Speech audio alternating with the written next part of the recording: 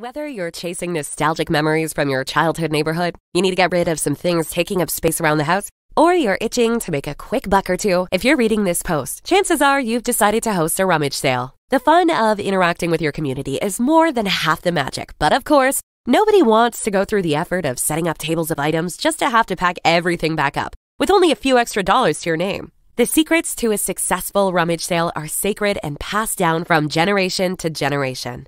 And luckily for you, we've got secrets to pass on. Here are 5 steps you need to take before you even get started setting up.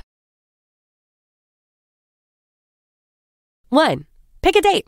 As much as rummage and yard sales are all about the spontaneity and serendipity of stumbling upon amazing treasures you weren't looking for in the first place, that spontaneous energy really shouldn't be put into deciding when to open up shop.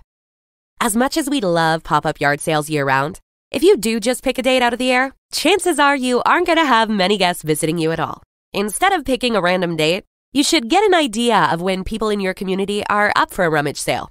Some neighborhoods might have designated weeks dedicated to community-wide yard sales. If you live near a college campus, incoming students might be on the hunt for inexpensive furniture and kitchen appliances. Ask around and see what time of year you're likely to get some traffic, and what time of year you're better off spending your day doing something else. 2. Figure out what to sell. If you're specifically looking to get rid of a few items that are just taking up space, you might already have an idea of what to set out. If not, though, it's important to know that not all yard sale items are created equal. If you're specifically looking to make a bit of cash, heavy coats, old video games, and kitchen appliances are all players you want to have on your team. At the same time, some of the happiest guests are often the ones that fell in love with a unique object that came right out of left field. Like we said, while choosing a date shouldn't be spontaneous, finding an unexpected treasure is part of the magic. This means that you shouldn't be afraid of having a variety of items set up, even if some seem a little strange or niche. Chances are that these items will be somebody's find of the year. 3. Figure out prices. Let's get something out of the way. While you certainly can make quite a bit of money from your rummage sale, you probably aren't going to make a net profit. That is, you're selling items that you probably aren't using anyway and that are probably just taking up space at this point.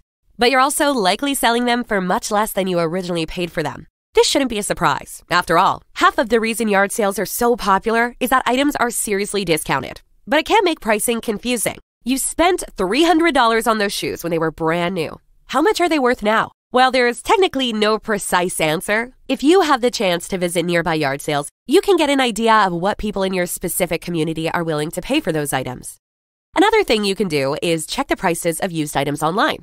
This won't be specific to your community, but it can give you a good ballpark.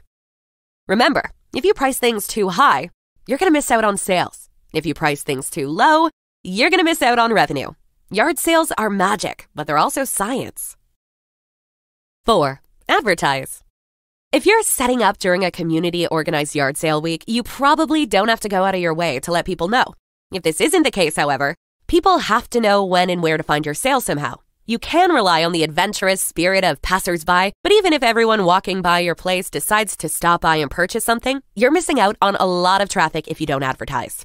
Public libraries and local coffee shops are great places to put up posters or flyers. If your community has some sort of newspaper or social media page, that can be a great place to put a few ads up. As the day approaches, setting up signs leading to your place can be crucial to lure guests in, or to help people already looking for you actually find you. Every step so far has been crucial, and this one is no exception. Psst! You can always use Yard Sale Search. Try it here, it's free. 5. Take the proper precautions. There are quite a few things that COVID-19 changed for all of us, but one of the biggest impacts is how seriously everyone approaches sanitation. Even after this pandemic, chances are that people are going to be better about carrying disinfectant and about how or where they sneeze. While we're still in the pandemic, even with better vaccine rollout, social distancing and sanitization are still fundamental. Keep your rummage sale safe. Pandemic or otherwise, make sure you take the proper precautions to make sure that everybody is safe and comfortable. Is there a social distance mandate? Make sure to space your items out. Is there a virus going around? Make sure to wipe down surfaces every so often. Just a few safety precautions can make the world of a difference in your community. There's a lot that goes into hosting a successful rummage sale, and these first few steps are bound to set you on the right track. Check out our other blogs to learn more about the process, and as always, long live the yard sale. Whether